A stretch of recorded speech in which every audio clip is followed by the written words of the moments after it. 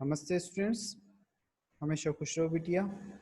I am JVN's Dr. Neeraj Dholia, Faculty of Agriculture and Veterinary Science, Jayati Vidyapeeth Women's University, Jaipur.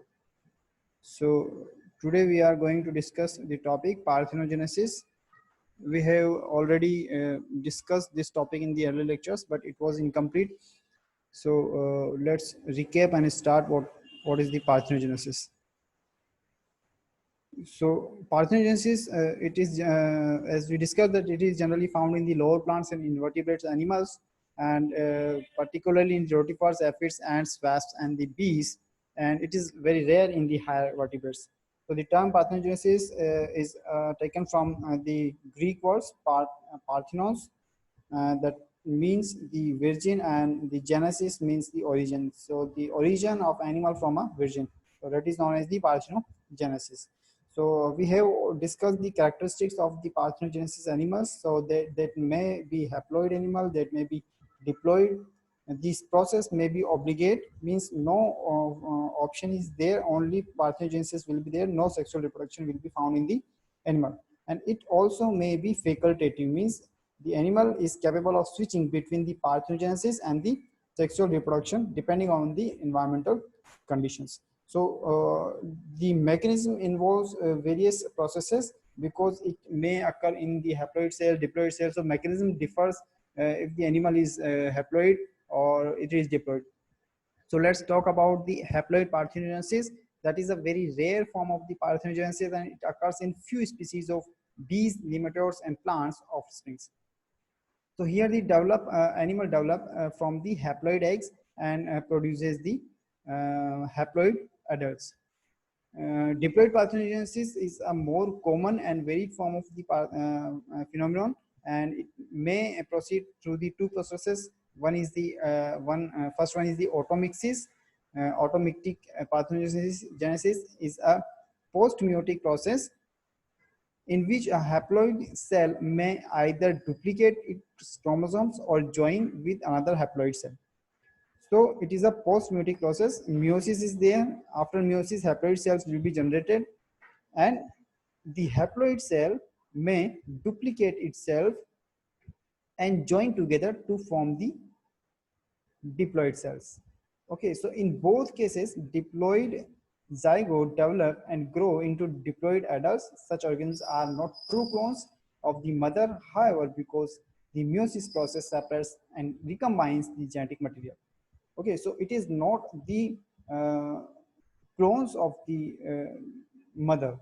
Okay, because in the mother there is sexual reproduction, and that have half of the chromosomes from the uh, its mother and half from its father. But here in the automixis, it only have all genetic material from one parent. So it is not the true clones of the mother. So again, the apomixis or the apomictic parthenogenesis, it completes without the meiosis. So instead, two genetically identical diploid egg cells are produced from a parent cell through the mitosis. Okay, so the parent cell, that is diploid cell, a mitosis will be there, and the egg cell are produced from the mitosis, not from the meiosis. So the egg cell will be diploid, and both the diploid and clones of the original parent cell develop into a diploid offspring. So it is the clone of the original parent. So diploid parthenogenesis occurs in the insects such as the aphids, and as well as in some rotifers and the flowering plants. So we will take a specific example. So in order Hymenoptera, that is a group of the insects. It includes the bees, wasps, and the ants. So three forms are found.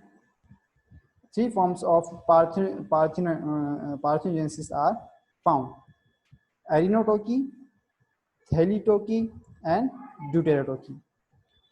So arenotoky is the formation of the haploid males from and the males are variants.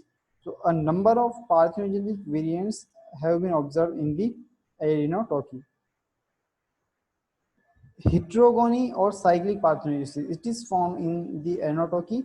And what is that? The generation of offsprings produced from fertilized eggs may alternate with those produced from the unfertilized egg. Means heterogony or cyclic parthenogenesis, meaning that one generation will be developed from the parthenogenesis and next generation will be developed from the sexual reproduction.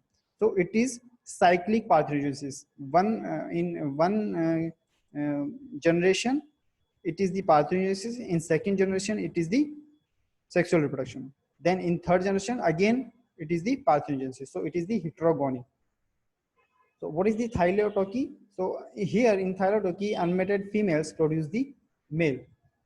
In Deuterotoky, what happens? That unmated females of some Symphyta produce females as well as the males. So that is the Deuterotoky.